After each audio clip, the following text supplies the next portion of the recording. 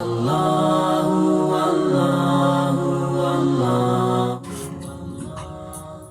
اسلام میں ایک بادشاہ تھا اور اس کی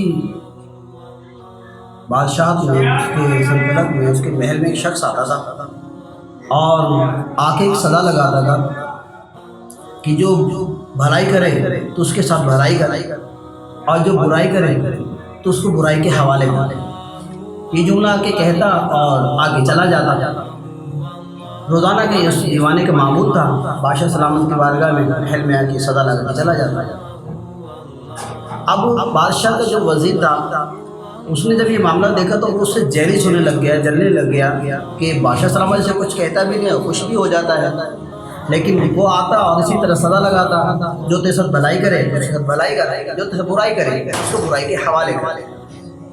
اب اس وزیر کو جب اس سے جیلس ہو گیا تو وہ پریشان ہوا، اس نے کہا کوئی نہ کوئی اس کی راہ نکالی جائے اور اس کو جہاں سے آگے پیچھے کیا جائے۔ اس نے اس دیوانے کی دعوت کی اور دعوت میں اس کو خوب پیاز جو ہے بھر کے کھلائی۔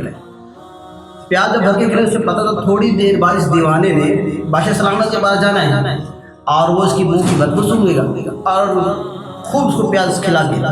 اس سے کہا ٹھیک ہے بھائی، اور اس سے پہلے وزیر جو ہے بادشاہ سلامت کے پاس چلا گیا اور کہنے لگا دیکھا وہ دیوانہ جو آتا ہے نا وہ ابھی آئے گا آپ کے پاس اور کہے گا اور منہ پہ ہاتھ رکھ لے گا، کیونکہ وہ کہتا ہے کہ بادشاہ سلامت کے منہ سے بو آتی ہے۔ ایسا ہی ہوا، وہ دیوانہ وہاں پہنچا کیونکہ اس نے پیاز کھائی تھی۔ اس نے سوچا کہ میں اگر بولوں گا تو بادشاہ سلامت کو میری بو جو جائے گی، تو اس نے اپنا ہاتھ منہ پہ رکھ لیا۔ بادشاہ سلامت یہی سمجھا کہ جو اس کے وزیر نے بتایا تھا کہ ابھی تمہارے پاس آئے گا اور وہ منہ پہ ہاتھ رکھ لے گا اور ہم سے کہتا ہے کہ بادشاہ سلامت کے منہ سے بدبو آتی ہے۔ جب یہ معاملہ دیکھا تو بادشاہ بہت گرم ہوا اور غصہ آ گیا۔ اس نے کہا، اس دیوانے کو بلایا اور دیوانے کو بلا کے کہا یہ پرچی دے جس کو، یہ پرچی لے اور ادھر اپنا انعام جا کے لے۔ اس نے پرچی لی، جیسے باہر نکلا تو وزیر جو ہے دوڑا دوڑا اس کے پاس آیا اور اسے کہا کہ بھائی بادشاہ سلامت نے کیا کہا؟ مجھے تو انعام دیا بادشاہ سلامت نے۔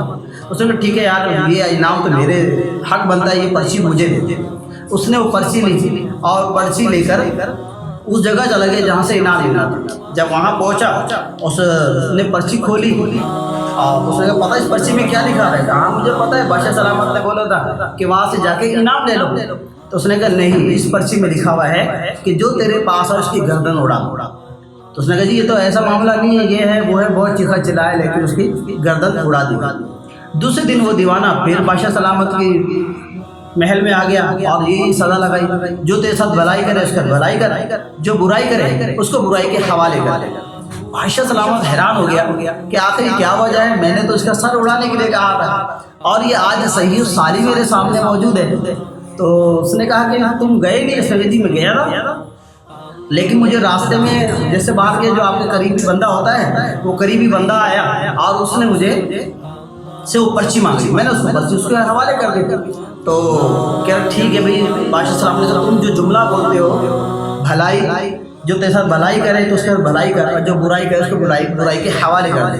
اور ایسا ہی ہوا، پتہ ہے کہ اس میں نے یہ لکھا تھا جو تیرے پاس ہے اس کی گردن اڑا دی۔ کہا کہ بادشاہ سلامت کی وجہ کیا تھی؟ کہا کہ مجھے اس وزیر نے کہا تھا، وہ کہتا ہے کہ تمہارے منہ سے بو آتی ہے۔ تو اس نے کہا کہ بادشاہ صاحب ایسی بات نہیں، میں نے کبھی ایسا نہیں کہا، اور اس دن جو میں نے منہ پہ ہاتھ رکھا تھا اس کی وجہ یہ تھی میں نے پیاز بہت زیادہ کھائی تھی اور اس کی بو سے آپ پریشان ہوتے اس لیے میں نے ہاتھ رکھا۔ تو اس نے بادشاہ سلامت نے کہا کہ دیکھا کہ واقعی تو جو جملہ کہتا تھا بھلائی کرنے والے کے ساتھ بھلائی کر اور جو برائی کرے اس کے برائی کے حوالے کر دے، اور ایسا ہی ہوا، اس کی گردن اڑا دی گئی اور تو آج سلامت۔ تو میٹھے اسلامی سے ایک بات جو ہمیں معلوم ہوئی وہ یہ ہے کہ ہمیں حسد نہیں کرنا چاہیے۔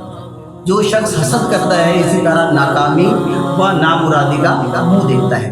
تو انشاءاللہ نیت کرتے ہیں کہ ہم حسد نہیں کریں گے اور جو مدنی کام کرنے ہوں گے انشاءاللہ تعالیٰ وہ مل جل کر آگے بڑھانے کی کوشش کریں گے۔ صلو علی الحبیب صلی اللہ تعالی علی محمد۔